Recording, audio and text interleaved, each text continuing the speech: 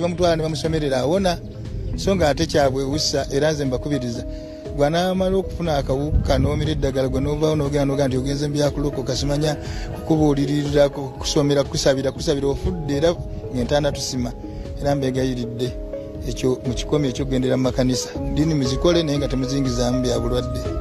Ono era agamba si buli yateekebwa ku ddagala nti mujjumbize, abamu bakwesika bwesisi nabo newankubadde nga obulamu bwabwe.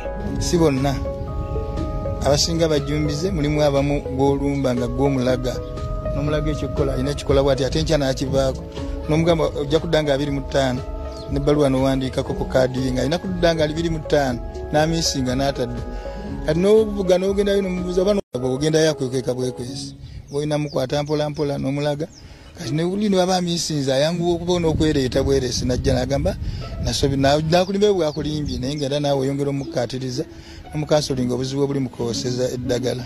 Agamba nti abamu abaalinga basenga ekamuwunga nga bavudde gye bavudde nga bali ku ddagala kyokka ate bwe baatuukanga ne baddamu okubakebera ne bazuula nga balina akawuka ne baweebwa eddagala eppya, ekintu ekyali eky'obulabe nga nakyo abakulembeze baalina kukinogera ddagala okulaba ng'abantu bano bamira eddagala mu ngeri ennuŋŋamu.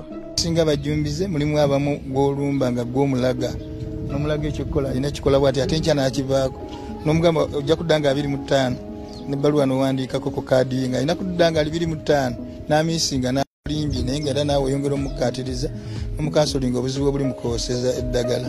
Tuba tukyali kugwa abavubi ate Rebecca Zalwanga omusawo mu ddwaliro lya Uganda Cares Erukaya n'akawaŋŋamula nti n'omuwendo gw'abaana abato naddala abawala abakwatibwa akawuka bangi nnyo ng'olumu babeera basendeddwa abakazi abalejjesa akaboozi nabo ne babayingiza omulimu ogwo mu bitundu eby'Erukaya. Abakyala bano beegaseemu nti n'abawala abato mubeera n'omuwala myaka 16, 15 naye nga gwe mulimu gwakola luse wakadde abamusitigima yejja mu kubeera ku ngeri gyazayisaamu banne ku kyalo yasinga okugeya banne nze banene basanga nina akawuka nyinza n'okwetta biki kati obulwadde bukedde ku makya bamusibambye akalina kati naagala ate n'asimba nti alayenye bali benakola ki benavumanga n'atulata ku ntebe y'omu nawe tugende ewa dokita kati neweesanga nga n'ekyo nakyo ekyokwetya kireetedde abantu obuzibu mu kalungu muno.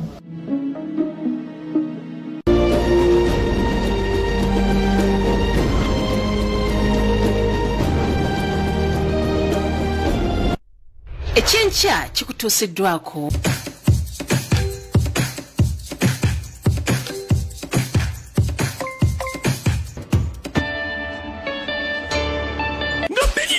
Ya all black fashion party katujaganye myaka 10 ya teacher Kawuchi muziki ya music na entertainment industry and all black fashion party but the ready kapeti ku Kenron Hotel Mengo mu mazogolubiri lwa Ssaabasajja Mengo tugenda kuba ne ba celebrities abenjawulo kuva mu sekite ez'enjawulo entegeka party nga 2 December ku Kenron Hotel Mengo.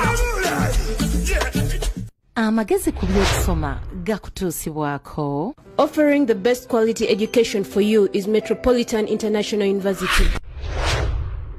Ekiseera ky'ebigezo kyeraliikiriza abayizi abasinga naye osobola okutereeza obwongo obwo n'oteeraliikirira ate n'oyita bulungi.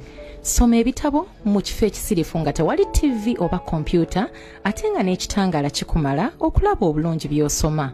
Offering the best quality education for you is Metropolitan International University. Inotechanga kuwasa Beyonce muzalemu omwana lehana muyonse buli lwa Sunday sawa 2 ez'ekiro tukutuusaako okusala empaka za Miss ne Miss Abukedde ntwala sekoko jigujiwa mu bugoya nti omanyi wendaga wedda. You raise me up to walk us to me tumpadde divorce inaffe tulabeyo zikaloli. Iranga programu ekulagiddwa ku Sunday eddemu okulagibwa ku Lwomukaaga wiiki eddako okuva essaawa 12 okutuuka emu ey'akawungeezi.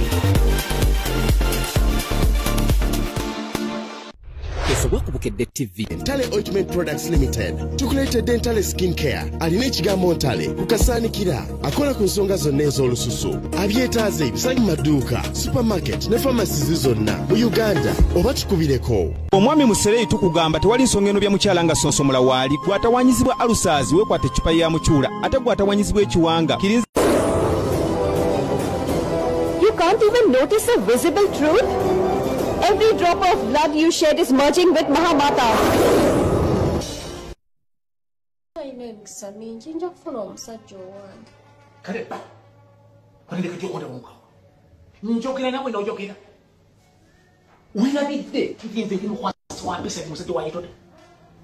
Kati kushalo bana uli batya omuntu akwasise empisa